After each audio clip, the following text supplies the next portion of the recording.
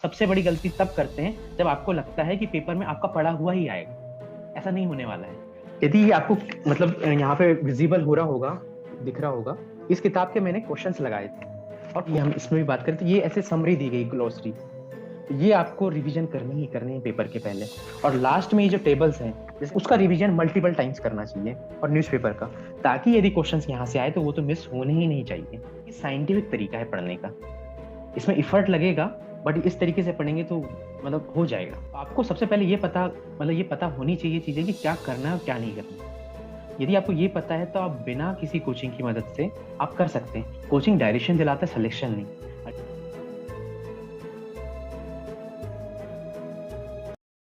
जी, स्वागत है आप सभी का स्टडी हमारे साथ चैनल पर। मैं हूं देवेंद्र सिंह। आशा करता हूं आप सभी बहुत अच्छे होंगे।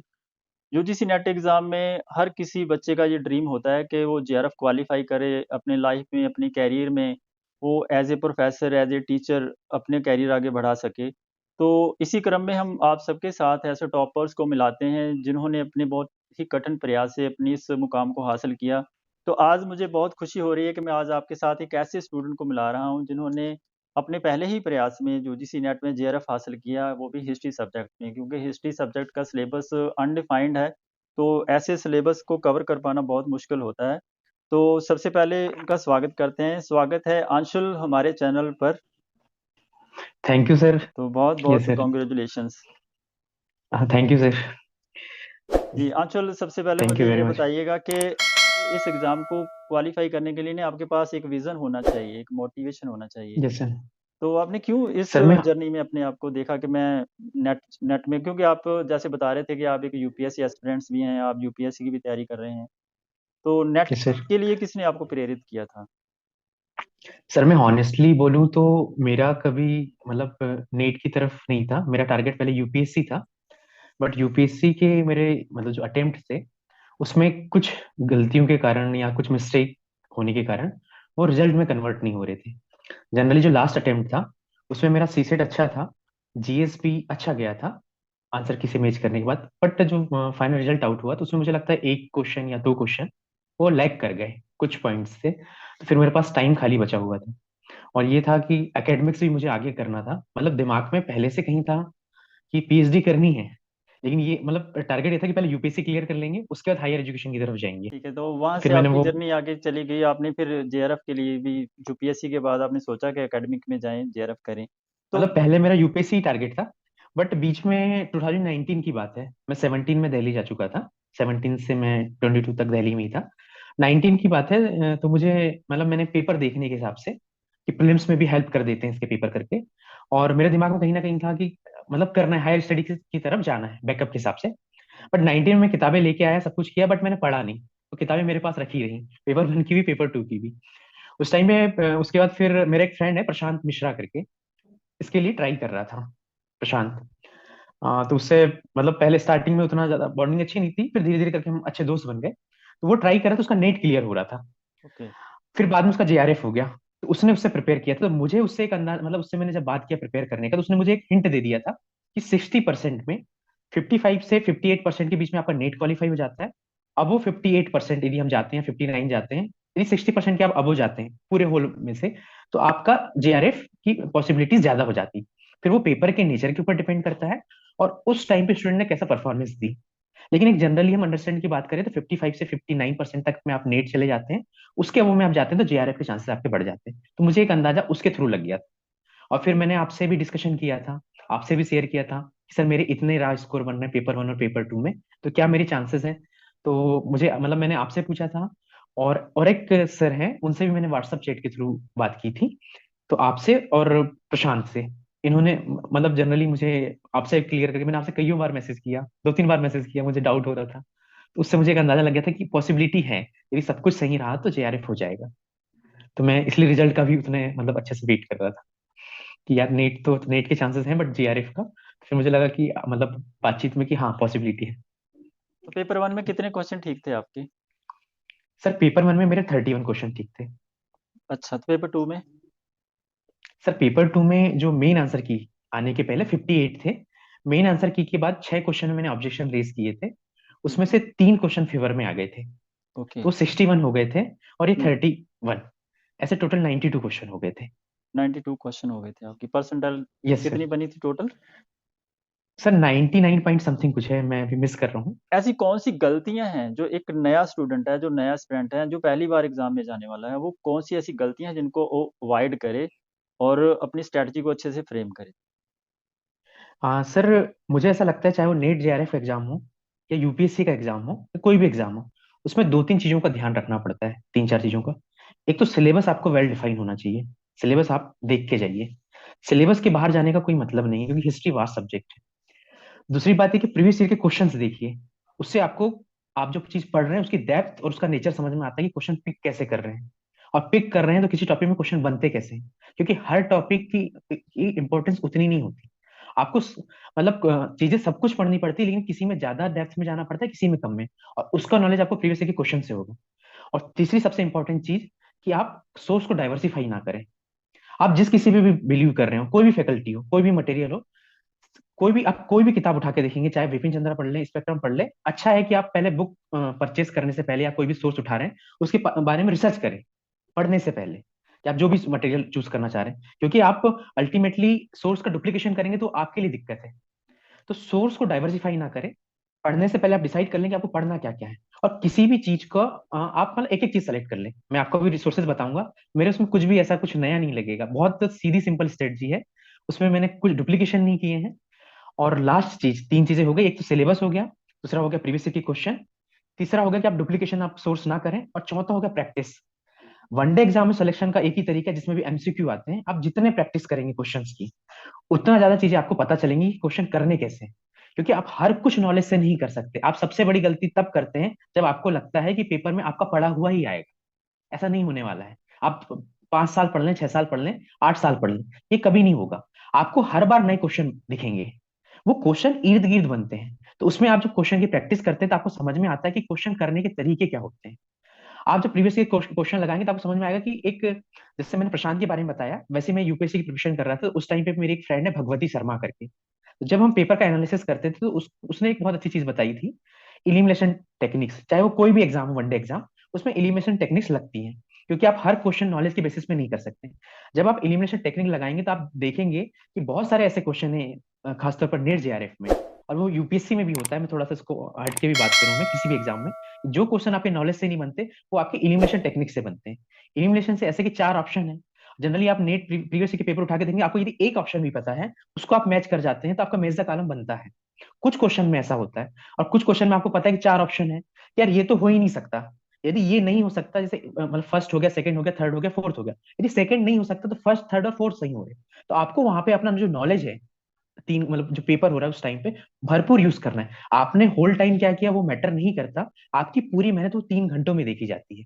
तो उसका सबसे ज्यादा इंपॉर्टेंस है, आप कितना कंसंट्रेट होकर काम करते हैं। और प्रैक्टिस का तरीका ये है कि मतलब यदि हम पेपर वाइज डिवाइड करेंगे तो उसमें भी जाऊंगा मैं, कि आप प्रैक्टिस यदि कर रहे हैं क्वेश्चन तो उसी फॉर्मेट में करें। कोशिश करें कि जिस टाइम में पेपर होने वाला है उसमें करें, और उसी कंसंट्रेशन के साथ करें। यदि पेपर ऑनलाइन हो रहा है तो ऑनलाइन मोड में करें, तो ज्यादा कंफर्टेबल फील होगा। और एक और समस्या देखने में आती है, जैसे पिछली बार का पेपर लेंथी हो गया था, तो आप क्वेश्चन छोड़ने नहीं है। यदि नेगेटिव मार्किंग है ही नहीं, यदि आप क्वेश्चन छोड़ेंगे तो चांस ही नहीं है कि आपके सही होंगे। तो आपने जितना पढ़ाई की है उसके अकॉर्डिंग आपको क्वेश्चन अटेम्प्ट लेने ही लेने हैं। ये मुझे लगता है कि जरूरी चीजें हैं। मेरे दिमाग में बहुत सारे ऐसे क्वेश्चन थे जो मैं आपसे पूछूंगा, लेकिन आपने एक ही लय में सारे क्वेश्चंस के लगभग आंसर्स दे दिए। लेकिन जी अभी बहुत सारे क्वेश्चन है, जैसे आपने पेपर वन की तैयारी कैसे की थी, आप थोड़ा सा डिटेल में बताइएगा कि क्योंकि उसमें 10 सेक्शन होते हैं, तो प्रत्येक जी सेक्शन को आपने कैसे तैयार किया, कौन कौन से रिसोर्सेज थे, बुक लिस्ट आपकी क्या थी, कितना टाइम आप जी। सोचते हैं कि पेपर वन को देना चाहिए, पेपर टू को कितना टाइम देना चाहिए, थोड़ा सा आप अपनी स्ट्रेटजी उसमें कैसे आपने ऐड की थी? सर मुझे ऐसा लगता है कि पेपर दो हैं अपने पास, तो आप जिसका जो टाइम अच्छा लगे, आप ऑप्शनल में थोड़ा ज्यादा मेहनत कर लें, आप ज्यादा टाइम दे दें, लेकिन दोनों पेपर को साथ में लेके चलें। क्योंकि आपको यदि पूरा होल डे की यदि हम बात करते हैं तो आप मॉर्निंग में एक शिफ्ट कर सकते हैं, दोपहर में भी कर सकते हैं, इवनिंग में भी कर सकते हैं। तो आप दो टाइम कर सकते हैं, कि मान लीजिए आपने 2 ढाई घंटा पढ़ाई की, 2 घंटा का आपने एक स्लॉट लिया, आपने पढ़ाई की, उसके बाद आप क्वेश्चंस देख लें, उसमें जो भी क्वेश्चन आए। फिर आपने सेकंड स्लॉट में गए, आप ऑप्शनल में, आपने उसके ऑप्शनल पढ़ा, अपना हिस्ट्री पढ़ा आपने, फिर उसके प्रीवियस ईयर के क्वेश्चंस देख लें। और यदि आप प्रैक्टिस कर सकते हैं तो क्वेश्चन प्रैक्टिस कर ले। यदि हम पेपर वन की बात करें, यूनिट वाइज पेपर वन की हम इसमें पहले आते हैं। तो मैं यदि उसमें बात करूं तो मैंने जो किताब थी, मैं किसी का प्रमोशन नहीं कर रहा हूँ, जो मैंने फॉलो किया वो मैं आपको बता रहा हूँ। बिल्कुल मैंने ये बिल्कुल। किताब थी दृष्टि की। ठीक मैंने है। इस किताब को लिया था। इस किताब की मैंने सेलेक्टिव स्टडी की है, पूरी पूरी स्टडी नहीं की है। ओके। तो यदि हम यूनिट वाइज बात करूं मैं, तो जो पहला टॉपिक है इसको हम बोलते हैं टीचिंग एप्टीट्यूड और research aptitude. Teaching aptitude, research aptitude मैंने इसी किताब से पढ़े हैं, आप इससे पढ़ सकते हैं। इसके अलावा मैंने एक डायनामिक स्टडी करके यूट्यूब चैनल है, उसके वीडियोस देखे थे। उसके वीडियोस उन्होंने, एक मैम है या किसी का रिकॉर्ड किया हुआ है, इंग्लिश में भी है। तो वो वीडियोस मैंने देखे थे टीचिंग एप्टीट्यूड और रिसर्च एप्टीट्यूड के लिए। और कम्युनिकेशन की यदि हम बात करें या फिर आईसीटी की बात करें, तो कम्युनिकेशन के लिए मैंने भी इसी किताब का यूज किया था। और हायर एजुकेशन के लिए मैंने मतलब मैं इस बात पर रिलाई करता हूँ कि कोई भी सोर्स हो, 60-70% चीजें उसमें होती हैं किसी भी किताब में। वो चीजें आपके ऊपर डिपेंड करती है। आप 70% चीज जितनी किताब है उतना याद नहीं रहता। वो क्यों याद नहीं होती? क्योंकि आप रिवीजन नहीं करते। यदि आप मल्टीपल रिवीजन करेंगे तो यही चीज आपके लिए बेनिफिटेड हो जाएंगी। और इस किताब के पीछे जो क्वेश्चन आंसर दिए गए थे उसको मैंने लगाए थे। तो यदि मैं first unit teaching aptitude research aptitude मैंने इस किताब से पढ़े और डायनामिक स्टडी से पढ़े। उसके बाद कम्युनिकेशन जो है और हायर एजुकेशन मैंने दृष्टि की ही किताब से पढ़े थे।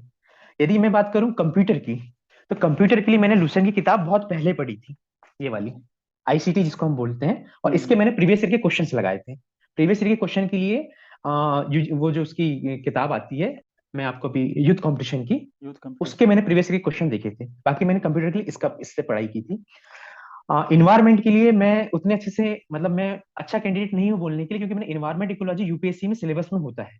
तो मैंने उसका अच्छा खासा मटेरियल पहले पढ़ के रखा हुआ था, तो उसमें मुझे उतना इफर्ट नहीं लगाना पड़ा। उसके लिए अलग दृष्टि से की नहीं ही बुक पढ़ना आती। होगा। सर मैंने उतना इफर्ट नहीं लगाया था क्योंकि मैं प्रीलिम्स की प्रिपरेशन कर ही रहा था। बट मैं उसके रिसोर्सेज बताता हूँ आपको।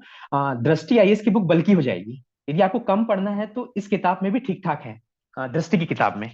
उसके अलावा यदि आपको वीडियोस देखने हैं जो मेन मेन वाले हैं, वो दृष्टि के यूट्यूब चैनल है। उसमें उन्होंने प्रीलिम्स के लिए, मतलब यूपीएससी प्रीलिम्स के लिए कुछ जो वीडियोस हैं, जैसे हमने पूछ लिया कि मॉन्ट्रियल प्रोटोकॉल कब हुआ, स्टॉकहोम प्रोटोकॉल कब हुआ, क्योटो प्रोटोकॉल कब हुआ, फिर सस्टेनेबल डेवलपमेंट गोल्स कौन से हैं।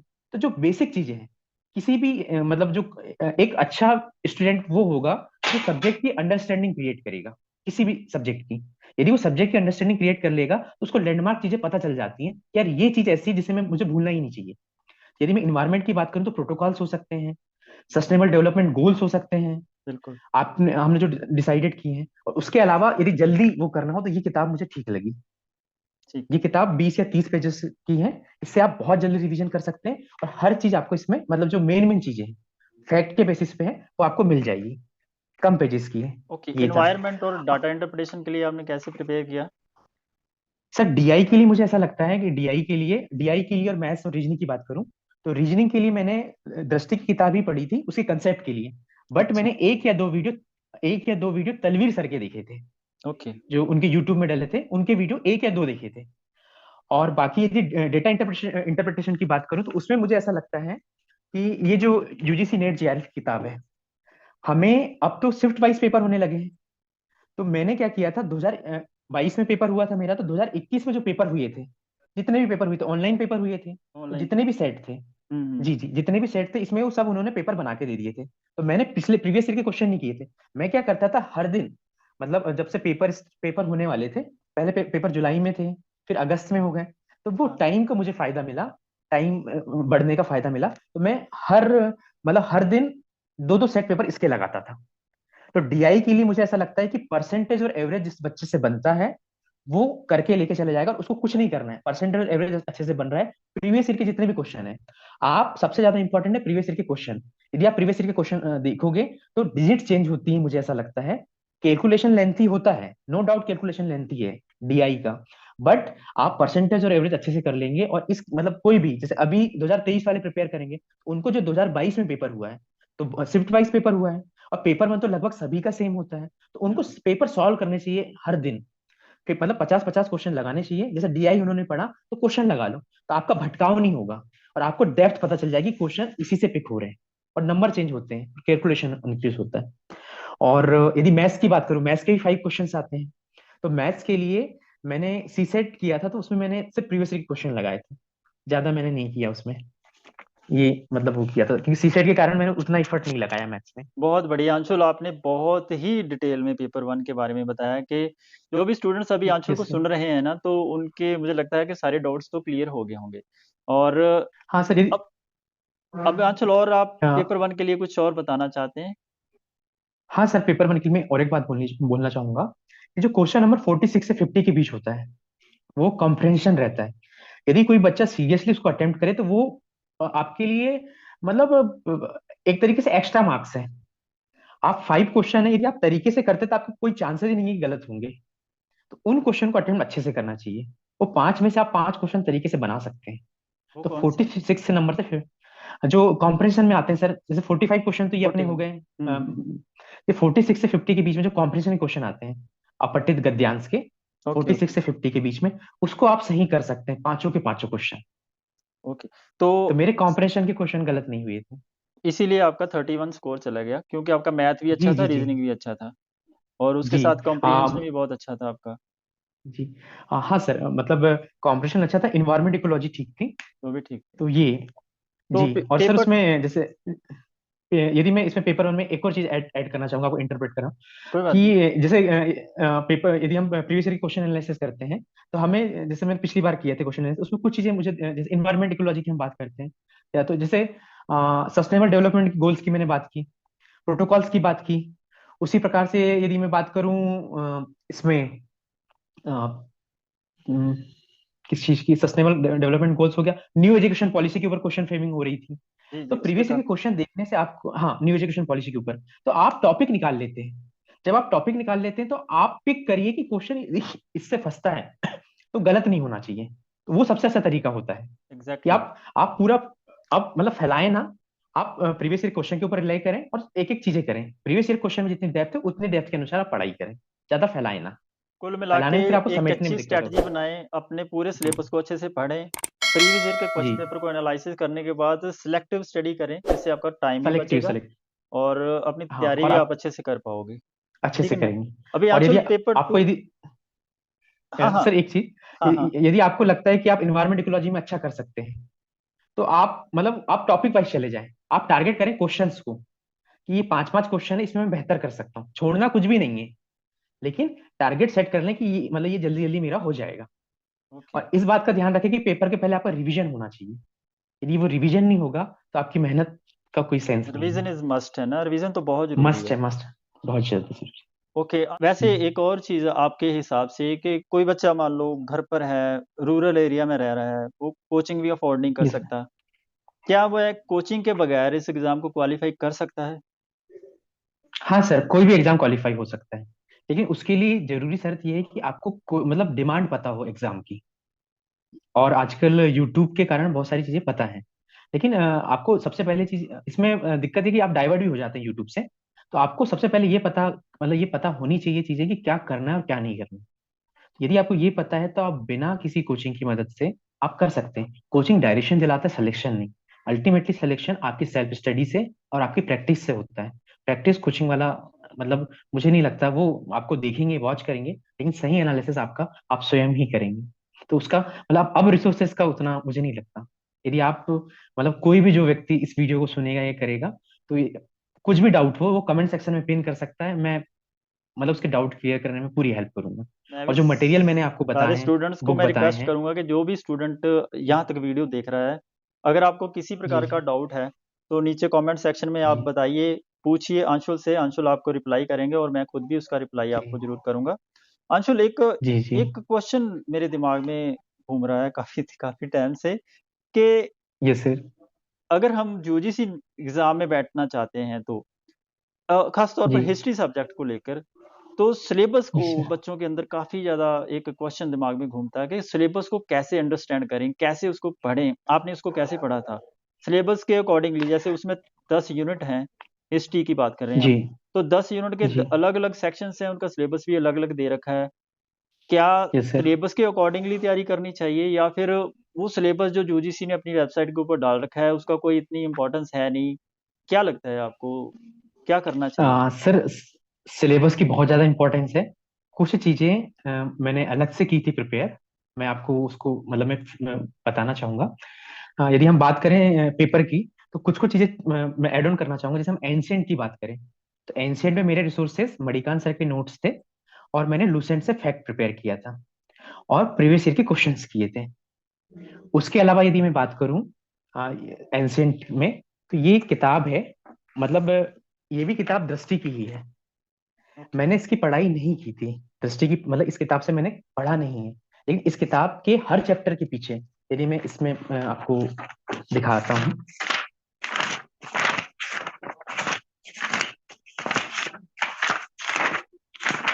यदि ये आपको मतलब यहाँ पे विजिबल हो रहा होगा, दिख रहा होगा, इस किताब के मैंने क्वेश्चंस लगाए थे। और क्वेश्चंस लगाने का मतलब ये नहीं है कि आपने लगा के छोड़ दिया। ये किताब है, आप देख सकते हैं, इसके मैंने सेलेक्टिव स्टडी की है, मैंने इसके क्वेश्चंस पिक किए हैं, और मैंने किस यूनिट यहाँ से पढ़ी वो भी मैं आपको मेंशन करता हूँ अभी। तो आप यदि जब जब भी क्वेश्चन लगाएं, चाहे वो प्रीवियस ईयर के क्वेश्चंस लगाएं, या जैसे मैंने इसके क्वेश्चंस लगाए, आप क्वेश्चंस बिना मतलब देखे लगाएं, जैसे पेपर में लगाते हैं। आपने 30 क्वेश्चन अटेम्प्ट किए, आपने चैप्टर तैयार किया, आपने 30 क्वेश्चंस लगाए, तो आप उनकी कैटेगरी डिवाइड कीजिए।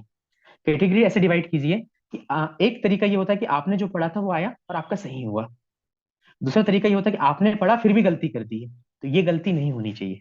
तीसरा ये था कि आपने नहीं पढ़ा फिर भी सही किया, उसके ऊपर आपको सोचना है कि आपने क्यों सही किया। और चौथा ये था कि आपको आता ही नहीं था, फिर आपको ये देखना है कि यदि मुझे नहीं आता था तो क्या मेरे रिसोर्सेस में नहीं था। क्वेश्चन प्रैक्टिस करना सिर्फ प्रैक्टिस करने से बात नहीं बनने वाली है, प्रैक्टिस से ज्यादा अहम है कि आपका एनालिसिस करते आना चाहिए। यदि आप जल्दी रिजल्ट चाहते हैं तो अपने साथ समय बिताइए, जो आपने पढ़ा है उसका आपने जो टेस्ट दिया उसका एनालिसिस नहीं करेंगे तो आपको पता कहाँ चलेगा आपकी गलती क्या है। आपने 30 क्वेश्चन लगा लिए प्रीवियस ईयर के, इसके आपके 26 सही होते हैं, तो आपको 26 रिवीजन करने की आवश्यकता नहीं है, आप कर लीजिए।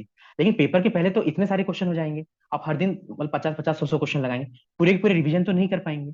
तो आप क्या क्या मतलब जो भी बच्चा लगाएगा उसे क्या करना चाहिए कि उसको जो क्वेश्चन गलत हो रहे हैं उसको सर्किल कर लेना चाहिए। और जब वो कल पेपर मतलब कब कोई भी क्वेश्चन लगाए या अटेम्प्ट करे, उसके पहले वो 4 क्वेश्चन रिवाइज कर ले। उससे क्या होगा कि वो 4 फैक्ट नए ऐड ऑन हो गए, वो 4 क्वेश्चन भी अगले बार जब पूछे जाएंगे तो गलत नहीं होंगे। ये साइंटिफिक तरीका है पढ़ने का, इसमें इफर्ट लगेगा, बट इस तरीके से पढ़ेंगे तो मतलब हो जाएगा, कोई इशू नहीं है। मल्टी डुप्लीकेशन आप सोर्स ना करें, लेकिन जो काम आप कर रहे हैं उसको तरीके से करें, साइंटिफिक वे में करें। तो मैंने एंशियंट के लिए वो किया था, मेडिवल के लिए मणिकांत सर के नोट्स किए थे, और फैक्ट के लिए मैंने लुसेंट किया था। उसके बाद फिर से मैंने प्रैक्टिस के लिए इस किताब का यूज किया था। और प्रीवियस ईयर के लिए मैंने जो यूथ कंपटीशन की किताब आती है ये, तो इसका तरीका भी ऐसा ही था। मैं हर दिन एक एक पेपर लगाता था, 100 क्वेश्चन रहते थे, तो इसका एक पेपर लगाता था और पेपर वन के एक पेपर लगाता था। और फिर मैं उसमें, क्योंकि इनमें डिस्क्रिप्शन भी दिए गए हैं दोनों पेपर में, तो आपको यदि कोई क्वेश्चन नहीं बन रहा है तो उनका डिस्क्रिप्शन पढ़ लीजिए, और बन भी रहा है तो डिस्क्रिप्शन दिए गए हैं तो उनको याद कर लीजिए, मतलब एक बार गो थ्रू तो हो ही जाइए, उसमें आपकी इंफॉर्मेशन एड ऑन हो जाएगी। और मॉडर्न इंडिया के लिए मैंने इसका उपयोग किया था। तो मैंने पहले ही बोला था कि आप हाईलाइट कर सकते हैं और नहीं भी कर सकते, तो स्पेक्ट्रम में एक अच्छी बात यह है कि हर चैप्टर के लास्ट में, यदि हम इसमें भी बात करें, तो ये ऐसे समरी दी गई ग्लोसरी, तो ये आपको रिवीजन करनी ही करनी है पेपर के पहले। और लास्ट में ये जो टेबल्स हैं, जैसे हमारे न्यूज़पेपर बहुत ज्यादा पूछ लेते हैं, या फिर जैसे यहाँ पे न्यूज़पेपर है या किसी वायसराय के बारे में कोई स्टेटमेंट है, या बहुत सारे फेमस पर्सनालिटीज के बारे में स्टेटमेंट है, वो लास्ट में जो अपेंडिक्स बनी हुई है यहाँ पे, उसका रिवीजन मल्टीपल टाइम्स करना चाहिए, और न्यूज़पेपर का, ताकि यदि क्वेश्चंस यहाँ से आए तो वो तो मिस होने ही नहीं चाहिए। एग्जैक्टली। ये मॉडर्न इंडिया के लिए जी। सो स्टूडेंट्स, मैं आपको एक चीज़ बता दूं कि अंशुल के द्वारा जो दी गई बुक लिस्ट है उसको मैं नीचे डिस्क्रिप्शन बॉक्स में उसका लिंक भी पिन कर दूंगा। और आप यदि अपने रिसोर्सेज को, वैसे इन्होंने जैसे कहा कि मिनिमम रिसोर्सेज मैक्सिमम, उसको आप रिवीजन कीजिए। और ऐसा कभी मत कीजिए कि आपके पास ऑलरेडी कोई बुक है। वैसे तो सारी बुक्स अच्छी होती हैं, बस जैसे अंशुल बता रहे हैं कि आपको पढ़ने के लिए, अपना उसको अंडरस्टैंड करने के लिए आपका नज़रिया, आपका तरीका, आपका फोकस अच्छा होना चाहिए। अच्छे से पढ़ो, कम पढ़ो, मैक्सिमम रिवीजन करो। सर एक और चीज मैं मिस कर गया था, आपने यूनिट वाइज पूछे थे, हाँ। तो आपने सिलेबस का इंपॉर्टेंस पूछे थे। तो ये देखिए, मतलब मैंने वो क्वेश्चंस लगाए थे तो वो अभी भी रखे हुए हैं यहाँ पे, मतलब उसमें गलत वाला।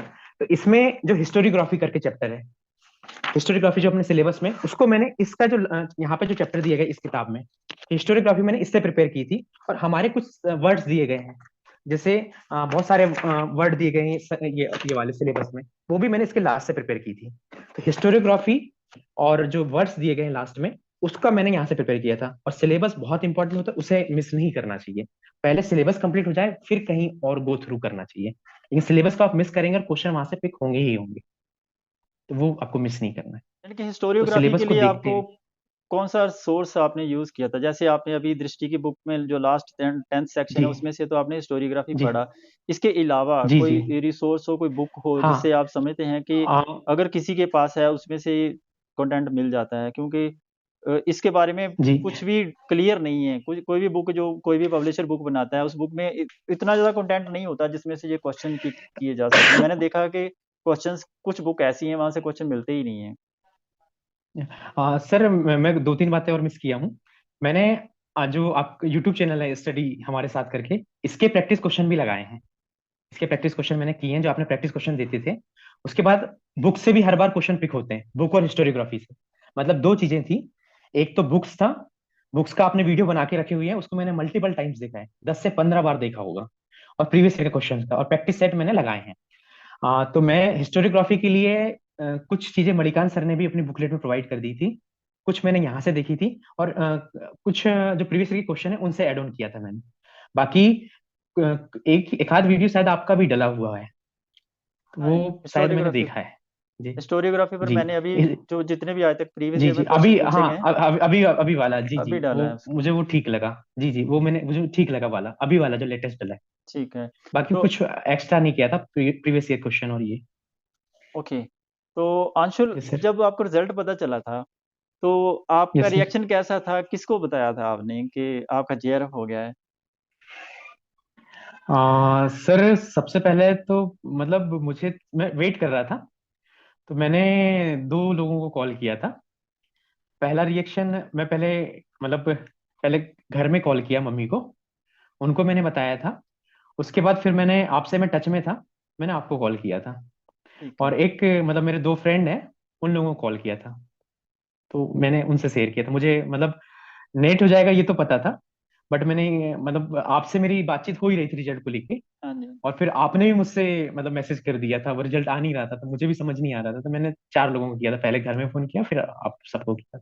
ओके। तो मुझे अंशुल, बहुत अच्छा लगा था, मतलब बहुत ज्यादा आपको मतलब। इतनी पूरी जर्नी में आपकी सबसे ज्यादा हेल्प आपके घर के किस मेंबर ने की? कौन सबसे ज्यादा आपको मोटिवेट करता था, इंस्पायर करता था कि आप कर सकते हो, कर सकते हो? क्योंकि कई बार होता है ना, हमें डिमोटिवेशन आता है, कुछ समय के बाद हमें ऐसा लगने लगता है कि नहीं, हमसे ये होने वाला नहीं, नहीं होगा। तो फिर भी कोई ना कोई सदस्य तो ऐसा होता है, कोई ना कोई आपको मोटिवेट करता रहता है, पुश करता रहता है, हाँ भाई आप कर सकते हो। ऐसा कौन था? इसका श्रेय आप हाँ किसको देना चाहते हाँ सर, मुझे लगता है कि सक्सेस तो सभी की है, किसी एक को श्रेय देना नाइंसाफी होगी और वो ठीक भी नहीं होगा। हो? अब आगे क्या बाकी प्लान है आप? आगे की जर्नी की बात करें तो मतलब पीएचडी स्टार्ट कर दी है। जो मेरे गाइड है अजय घोष सर, बहुत ज्यादा सपोर्टिव है। उनका भी अच्छा, मतलब उन्होंने सपोर्ट किया था अच्छा खासा, अजय घोष सर का। तो उन्होंने भी मतलब पुश करते रहते हैं, वो यूपीएससी के लिए पुश करते हैं। मतलब बोलते हैं ये तो ठीक है। तो मेरा ये था कि मतलब ये भी करना है अपने, मतलब ये करके इन केस। लेकिन मेन टारगेट ये है कि अभी जो मेनली है, अभी मैंने यूपीएससी, अभी कोर्स वर्क की क्लासेस चल रही थी बीच में, तो उसका एग्जाम जून में शेड्यूल था, और यूपीएससी का मेंस मई में होने वाला था। इस कारण से मुझे लगा कि यदि मैं मई, मतलब फोकस उतने अच्छे से नहीं कर पाऊंगा, और इन केस प्री हो भी जाता है तो मेंस जो है वो एमपीपीएससी का जो असिस्टेंट प्रोफेसर का एग्जाम होने वाला है उससे क्लैश करेगा। तो मैं उसके साथ जस्टिफाई नहीं कर पाऊंगा, मुझे एक चूज करना पड़ेगा, इसलिए मैंने अभी यूपीएससी का प्लान ड्रॉप कर दिया है। बट मेरा ये है कि मैं यूपीएससी में मतलब आगे अपॉर्चुनिटीज तलाशूं। ओके। मतलब पढ़ाना मुझे अच्छा लगता है, मैं उसमें डिनाई नहीं कर रहा हूँ, पढ़ना पढ़ाना मुझे मतलब, मुझे मतलब शौक भी है। मैं 10th क्लास के बच्चों को, वैसे 9th 10th के बच्चों को पढ़ाता था, तो वो मुझे एक अच्छा पैशन है मेरा पढ़ाना, इसलिए मुझे असिस्टेंट प्रोफेसर की जॉब अच्छी लगती है। और भाई बस ये है कि यूपीएससी क्रैक करना है, फिर करना ना करना वो चलिए, अलग चीज हम भगवान से दुआ करते हैं है। आप यूपीएससी भी क्वालिफाई करो, और इस तरह से फिर से हम आपके यस साथ सर। इंट्रोड्यूस करेंगे। लेकिन आपने एक जो बात यस कही है सर। ना अंशुल, मुझे बहुत अच्छी लगती है। वो ये है कि अगर आपके अंदर पढ़ने का हुनर है ना, पढ़ने की हॉबी है, यस। उससे भी यस आगे सर। यदि आपके अंदर किसी को पढ़ाने की इच्छा है, आप पढ़ा सकते हो, किसी को जी आप गाइड कर सकते हो, तब ये एग्जाम आप आसानी से क्वालिफाई कर सकते हो। यूजीसी फिर आपका रुकता नहीं है। तो ऐसा शौक यदि आप यस डेवलप सर। कर लेते हो तो कुछ भी पॉसिबल है। हाँ सर, मुझे ऐसा लगता है कि आप रिजल्ट की तरफ बाद में जाएं, वो आपका रिजल्ट आपको एक्स्ट्रा मिलेगा ही मिलेगा। यदि आप अपने सब्जेक्ट में अच्छे हैं, आपका इंटरेस्ट है, वो तो अल्टीमेट रिजल्ट आना है, आज नहीं आएगा कल आएगा, उसको कोई रोक नहीं सकता। लेकिन सब्जेक्ट की अंडरस्टैंडिंग होना सबसे ज्यादा इंपॉर्टेंट होता है। और अंडरस्टैंडिंग ऐसी कि यदि आपसे कोई पूछे, आप एग्जाम के लिए पढ़ रहे हैं, बहुत अच्छा है, बिना एग्जाम के कुछ होता नहीं, लेकिन एग्जाम के बियॉन्ड यदि आप जाके सोचते हैं, आपको यदि आपकी अंडरस्टैंडिंग बहुत अच्छी होगी, तो आपको क्वेश्चंस सॉल्व करने में कोई इशू नहीं आने वाला, वो कहीं से भी पूछ ले। तो आपको इंटरेस्ट के साथ आप काम करेंगे तो अल्टीमेटली रिजल्ट आ ही जाएगा। तो प्रोसेस इंपॉर्टेंट है, वो रिजल्ट में कन्वर्ट होगी। तो अंशुल, लास्ट में आपसे मैं एक, जो हमारे स्टूडेंट्स अभी नए हैं, जो पहली बार एग्जाम देने वाले हैं, या फिर जिन्होंने बहुत बार प्रयास किए हैं, कहीं ना यस कुछ सर। ऐसी मिस्टेक्स करते हैं जिस कारण उनका हर बार यस एग्जाम रह जाता है। तो आप उनके लिए यस कुछ ऐसे टिप्स, ऐसी कोई स्ट्रेटजी या फिर कोई ट्रिक्स आपको लगता है कि वो फॉलो करें तो वो अच्छा स्कोर कर सकते हैं? सर, जेआरएफ के लिए बैलेंस होना बहुत जरूरी है। क्योंकि आप 55-60 क्वेश्चन तो आप हिस्ट्री में लेके आ जाएंगे, लेकिन उसके मतलब 55 तक आप आसानी से चले जाएंगे, उसके अबो जाने में आपको ज्यादा एफर्ट लगाना पड़ेगा।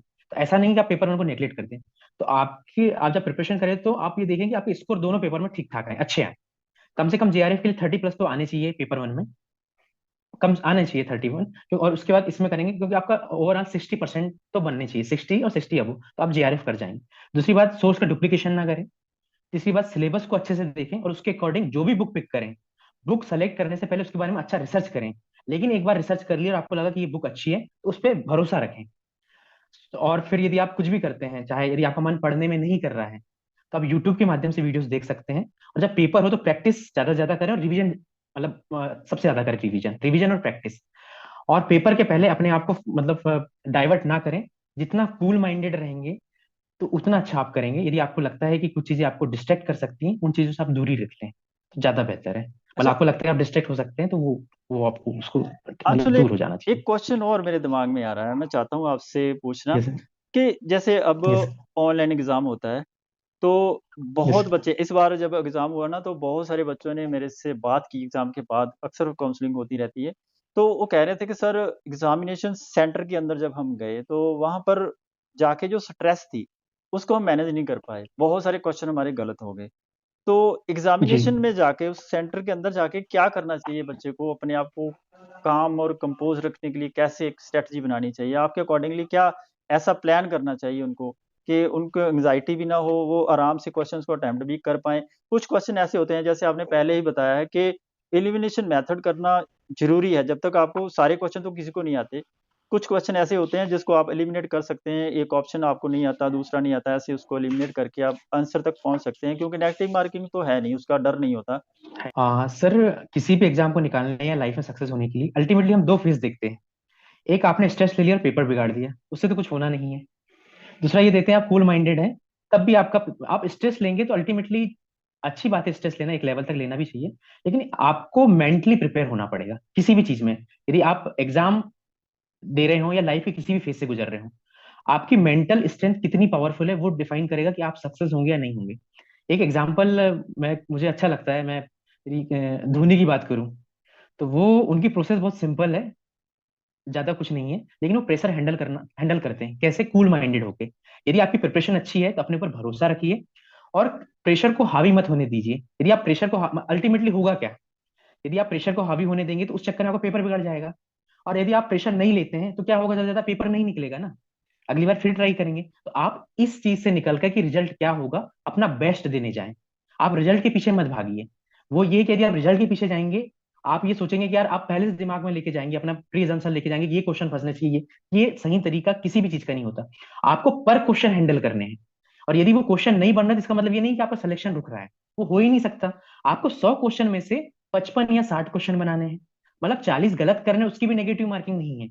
फिर पेपर वन में भी आपको 50 में से 30 से 35 के बीच में लेके आने हैं, जो उतना बड़ा टास्क नहीं है यदि आप प्रिपरेशन करते हैं। तो आप चीजों को हावी मत होने दें। मेंटली आप बहुत ज्यादा प्रिपेयर्ड रहें। वो कैसे हो सकते हैं, क्योंकि आप दोनों चीजें सोच के देखिए ना। अल्टीमेटली सबसे वर्स्ट कंडीशन क्या होगी, सिलेक्शन नहीं होगा ना, एक बार कूल माइंडेड होकर लेके जाइए। और कोई भी चीज ऐसा नहीं होता कि चीजें खत्म हो जाती हैं। आप उसको जितना सिंपल रखेंगे, जितना अच्छे से रखेंगे, अपनी तैयारी पे भरोसा रखिए। आपके ऊपर कोई भरोसा नहीं करेगा, आपको अपने ऊपर खुद पे भरोसा रखना है। और एग्जाम का प्रेशर, एग्जाम को एग्जाम की तरह लीजिए, उसको लाइफ मत बनाइए। उससे लाइफ खत्म नहीं होगी, अगली बार फिर चांस मिलना है, और एनटी में तो 6 महीने के बाद मिलना है।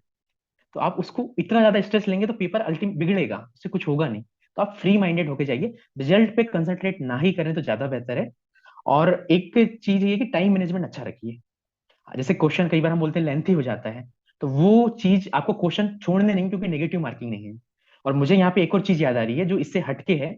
जो आपका पेपर टू में, पेपर जो हिस्ट्री का पेपर होता है, उसमें जो 91 से लेके 100 तक क्वेश्चन होते हैं, जो आपके पेसेस के ऊपर बेस्ड होते हैं, वो क्वेश्चन आपने जो पढ़ाई की है उसके ऊपर बेस्ड रहते हैं, और वो 10 में से क्वेश्चन, अब मैं आपको बता रहा हूँ, जैसे मैंने पेपर वन का बोला 5 क्वेश्चन कॉम्प्रिहेंशन के आगे, वो 5 में से आप 5 सही कर सकते हैं। चलिए 5 में से 4 ही सही किए, तो आपके वहां पे 4 क्वेश्चन सही हो गए, उसको आपको पढ़ के और देख के टिक लगाना है। उसी प्रकार 10 क्वेश्चन आए पेपर टू में हिस्ट्री के।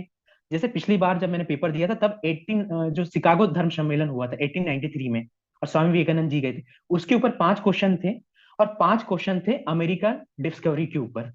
तो ये जो 10 क्वेश्चन आते हैं 91 से 100, इसमें आप जितना शांत रहेंगे उतने आप ज्यादा क्वेश्चन सही लेके जा सकते हैं, और 10 में से 7 क्वेश्चन मिनिमम सही होने चाहिए। यदि आप ये 7-8 सही लेके चले जाते हैं वो आपके प्रीवियस की पढ़ाई में, अल्टीमेटली आपके 17 क्वेश्चन सही होते हैं। और आपको लेके कितने आने हैं, 90 क्वेश्चन में आप 17-18 हटा देते हैं तो हो जाएगा। तो इतना बड़ा टास्क नहीं है जितना मतलब हम हवा बना दे रहे हैं उसको। तो आपको कूल माइंडेड होकर काम करना है और पर क्वेश्चन करने हैं। और क्वेश्चन यदि नहीं भी बन रहा है तो आपने पर क्वेश्चन लिया, तो ऐसा तो होगा नहीं कि ये क्वेश्चन नहीं बनेगा तो वो कुछ होगा, तो आपको पर क्वेश्चन के हिसाब से रखना, जितना आप शांत रहेंगे उतनी अच्छी परफॉर्मेंस चाहिए। आप अजमा के देख सकते हैं, मतलब यदि वो करके प्रेशर लेने से चीजें बिगड़ेंगी, और मेंटल टफनेस अभी लेके नहीं आएंगे तो बाद में आपको दिक्कत होगी। आप यहाँ पे सक्सेस हो जाएंगे, लेकिन लाइफ में जब फेसेस आएंगे तब आपको नहीं होंगे। सबसे पहले तो अपने मेंटली स्ट्रांग होना ही चाहिए, क्योंकि आप अल्टीमेटली असिस्टेंट प्रोफेसर बनने आप कितने लोगों से मिलेंगे, तो वो भी एक बड़ी चीज है। आप बहुत सारे बच्चों को वो करेंगे, उनको मोटिवेट करेंगे, तो जब आप खुद मोटिवेटेड नहीं है तो दूसरों को कैसे आप मोटिवेटेड रख सकते हैं। एग्जैक्टली, तो सही ये कहा। चीज मुझे लगता है कि वो आपको आपको मतलब हर दिन नए बच्चे मिलेंगे, उनकी नई समस्याएं मिलेंगी, तो आप उस चीज को सोच के देखिए, मतलब आप जो बनना चाहते हैं उस चीज को अपने दिमाग में सोचिए। आपका रिजल्ट आएगा ही आएगा, ऐसी कोई चीज नहीं है जो रोक सके आप। अंशुल, आपसे बात करके ना मुझे बहुत अच्छा लगा। और मुझे लगता है कि जो जी। स्टूडेंट्स हमें सुन रहे हैं, जो स्टूडेंट्स अभी देख रहे हैं, उनको भी आपसे काफ़ी यस सर। मोटिवेशन मिली होगी। यहाँ पर मैं आपके द्वारा जो बताई गई चीज़ें मैं रिपीट तो नहीं करना चाहता, क्योंकि आपने इतना कुछ बता दिया है, इतना कुछ एक्सप्लेन कर दिया है कि अगर कोई बच्चा सीरियसली आपको सुन ले ना, तो वो आपकी स्ट्रैटेजी को, उसमें से जो मेन पॉइंट्स हैं, जो उसको लगता है कि वो उनको फ़ॉलो कर सकता है, अगर उन्हीं को फ़ॉलो कर जी ले तो जी वो इस एग्ज़ाम को अच्छे से क्वालीफ़ाई कर सकता है। इसमें कोई मुश्किल नहीं लग रही जी। मुझे। हाँ सर, मुझे भी आपसे बात करके बहुत अच्छा लगा, और जब भी आपको आवश्यकता होगी तो मैं आपकी हमेशा रहूंगा। आप जब भी बोलेंगे तो मैं, जो भी बन पड़ेगा मुझसे तो मैं तैयार रहूंगा आपसे। सर, एक चीज मुझे याद आई हाँ, है हाँ। फिर से, तो मैं उसको, जी, सर, जो बुक लिस्ट है, जो हुँ। बुक्स आती हैं या हिस्ट्री के बारे में किसी ने भी जो कुछ भी बोला हो, उसको जब हम प्रीवियस ईयर के क्वेश्चंस करते हैं, ये चीज मुझसे मिस हो गई थी। जब हम प्रीवियस ईयर के क्वेश्चन करते हैं तो बुक और जो हिस्ट्री के बारे में जो कमेंट्स करते हैं, तो आप प्रीवियस ईयर के क्वेश्चन से आप वो बुक पिक कर लीजिए, बुक की एक पूरी 2-3 पेजों की सीरीज बना लीजिए। उसी प्रकार हिस्ट्री के बारे में किसने क्या बोला, कि कोलिंगवुड ने ये बोला, फिर ब्यूरी ने ये बोला था, इनसे मैच करने के क्वेश्चन आ जाते हैं, तो उनको आप, मतलब ये बुक्स के 4-5 पेजेस बन जाएंगे और कमेंट्स के 5-6 पेजेस बन जाएंगे, उनको नोट डाउन कर लीजिए और पेपर के 2-3 दिन पहले से उनको रिवीजन करते जाइए। बुक्स हमेशा फंसती हैं, कमेंट्स फंसते हैं, वो एक और चीज ऐड ऑन करनी रह गई थी, जी, बिल्कुल, तो उसको बिल्कुल। आप आंशुल, ध्यान रखें। जैसे मैं भी जी हर जी वीडियो में ये मैं बताता हूँ कि प्रीवियस ईयर के जी क्वेश्चन जी। पेपर्स आपको एक ना गाइड का काम करते हैं। कुछ ऐसे टॉपिक्स यस सर। हैं जिन जहाँ से क्वेश्चन रिपीट हो रहे हैं, जैसे अभी आपने मेंशन किया है कि जो राइटर्स हैं, उनकी परिभाषाएँ हैं, उनके द्वारा दिए गए कमेंट्स हैं, वो अक्सर रिपीट होते हैं। बुक्स के नाम रिपीट यस होते सर। हैं। अब तो उन्होंने और भी थोड़ा-सा क्वेश्चन्स को डिफ़िकल्ट किया है कि जो बुक्स हैं, उनके नाम तो पूछते ही हैं, अभी उनके बीच में जो कैरेक्टर्स आते हैं, ये बुक किसके ऊपर लिखी यस सर। गई, उसका थीम क्या था, उसके ऊपर भी अभी क्वेश्चन यूजीसी पूछता है। तो आप यदि किसी बुक के एक बुक को यदि पढ़ रहे हो, किसी एक राइटर की बुक को यदि आप पढ़ रहे हो, तो हर एक राइटर ने 3 से 4 बुक्स लिखी हैं। सिंपली आप जैसे अभी यस आंशुल सर। बता रहे थे कि एक पेज लो, पेज पर आप सारी बुक्स को लिखो, एक राइटर के आगे 4 बुक्स लिख लो। ऐसे कोई ज़्यादा से ज़्यादा 100 के आस-पास राइटर्स हैं, उनको आप देख लो तो यस सर। 400 के आस-पास आपकी बुक्स बनती हैं। अगर आप उसको रिपीटेडली रिवाइज़ करते हो, तो उन्हीं में से बुक्स के क्वेश्चन्स आपको फँसते हैं। तो डेफ़िनिटली आपने मिल बहुत जाते हैं। अच्छे से इस चीज़ को देखा है। आप जैसे आपने इन चीज़ों को नोटिस किया है, ऐसे हर एक स्टूडेंट को चाहिए कि प्रीवियस ईयर के क्वेश्चन पेपर्स को अच्छे से एनालाइज़ करे। अगर आप यस उनको सर, मिस वो करते हैं, तो मोस्ट। फिर मुश्किल हो जाएगी। ठीक है यस ना? सर। अंशुल, और कुछ यस आप सर। ऐड करना चाहते हैं? कुछ आपको लगता है कि कुछ ऐसी चीज़ जो हमसे छूट गई हो? सर, मुझे लगता है कि जो छूटा था मैंने ऐड ऑन कर लिया। बाकी तो यदि किसी को कोई भी प्रॉब्लम हो तो वो कमेंट कर सकता है। आपका भी बहुत बहुत बहुत धन्यवाद कि आपने मुझे ये प्लेटफॉर्म प्रोवाइड किया, क्योंकि, और मैं ये चाहूंगा सर कि आप मतलब वीडियो की फ्रिक्वेंसी बढ़ा दें, आप बहुत अच्छा काम कर रहे हैं। और मुझे लगता है कि स्टूडेंट्स को एक बार कम से कम, जो भी हिस्ट्री की प्रिपरेशन कर रहा है, एक बार गो थ्रू करना चाहिए प्रीवियस ईयर के क्वेश्चंस के लिए और प्रैक्टिस के लिए। मेरी बहुत ज्यादा हेल्प हुई है। तो मुझे लगता है कि जो भी स्टूडेंट्स प्रिपरेशन कर रहे होंगे उनकी भी हेल्प होगी, क्योंकि जो कंटेंट वाइज आप जो काम कर रहे हैं वो बहुत अच्छा है। मैं ये इसलिए नहीं बोल रहा हूँ कि मैं आपको इंटरव्यू दे रहा हूँ। इसके अलावा भी यदि मैंने डीकेटी में मेरा इंटरव्यू डला हुआ है, तब भी मैंने ये बात बोली थी कि मुझे इस चैनल से हेल्प मिली है। और मैं जनरली उसमें प्रैक्टिस क्वेश्चन की बात की जाए या फिर प्रीवियस ईयर की क्वेश्चन की बात की जाए, वो उसमें मुझे आपका मतलब आपके वीडियोस मैंने देखे थे। बातचीत तो बाद में हुई है आपसे, और बातचीत करके मुझे और भी अच्छा लगा। ठीक है अंशुल, यहाँ तक अभी वीडियो को समराइज करते हैं, मिलते हैं फिर किसी दिन। Yes sir. और आशा करते हैं, हाँ भगवान सर। से दुआ करते हैं आप अच्छा अपने जीवन में बहुत आगे जाओ, बहुत अच्छा करो, अपने पेरेंट्स का नाम रोशन करो। तो थैंक यू सो मच, आपने समय निकाला। Yes sir. Thank you sir, आपने मुझे ये अपॉर्चुनिटी दी। मैं आप सभी का आशीर्वाद रहेगा तो मैं जरूर अच्छा करूंगा, और एक बार मुझे लगेगा कि फिर से मैं आपसे बातचीत कर पाऊंगा।